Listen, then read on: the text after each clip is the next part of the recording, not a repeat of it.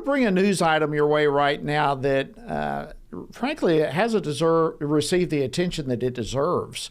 Last month, the nonpartisan Congressional Budget Office, known as the CBO, they released their latest projections of what the federal budget and the economy will look like in the current year as well as over the next 10 years. Well, the projections are shocking.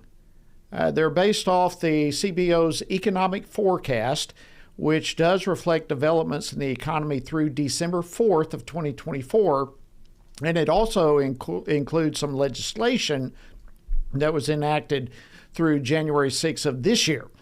So while I could just throw out a bunch of massive numbers to you, but to do so, we'd all just miss the significance. So I've brought on an economist to go over those details with us. Joining me now to unpack the numbers is Dr. Dave Brat. He's a senior VP for business relations at Liberty University and a former member of Congress.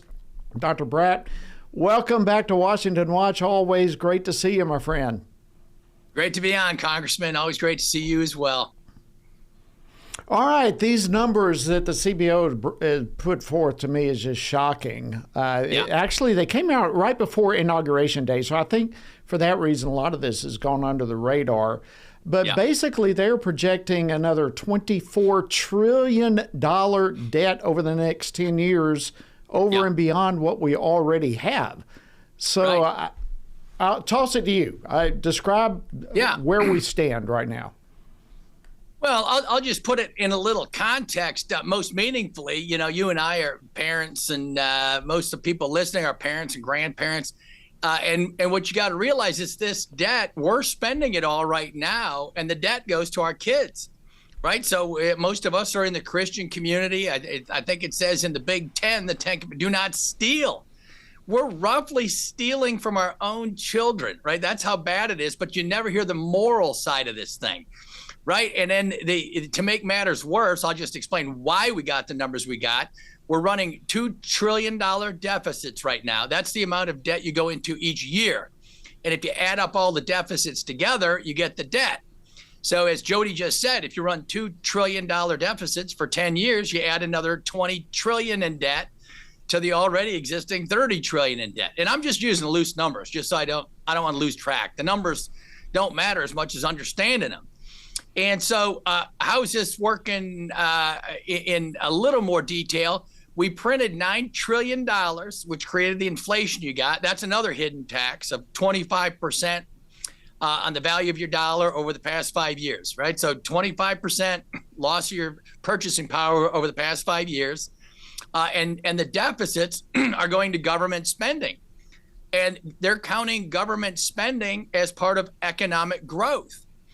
So just to put that in perspective, it's like you borrowing from your rich uncle $2 trillion and then telling your neighbors, my firm is growing by $2 trillion today, right? Because you borrowed from your uncle. That's not growth, and everybody knows that's not real growth. You didn't grow anything, right? You just went into debt. So this is a total disaster. And then one other little piece is productivity, according to Robert Gordon at Northwestern University, probably Democrat, but it's his life's work. Our productivity has been going down in the U.S. for the past 70 years, and now it's at 2%. And if you look at those CBO reports that Congressman Heiss was showing, we're going to grow at 2% for the next 10 years as well. You grow at roughly your productivity growth. So the people that, you got a bunch of conservative, libertarian-minded economy. We're going to grow our way out of this. You get the cheerleader types. That is not true either. I wish it were. I would say so. So it paints a pretty bleak picture. And CBO, the folks that are putting out these numbers, have productivity going down from 1.9% to 1.5% over the next 10 years.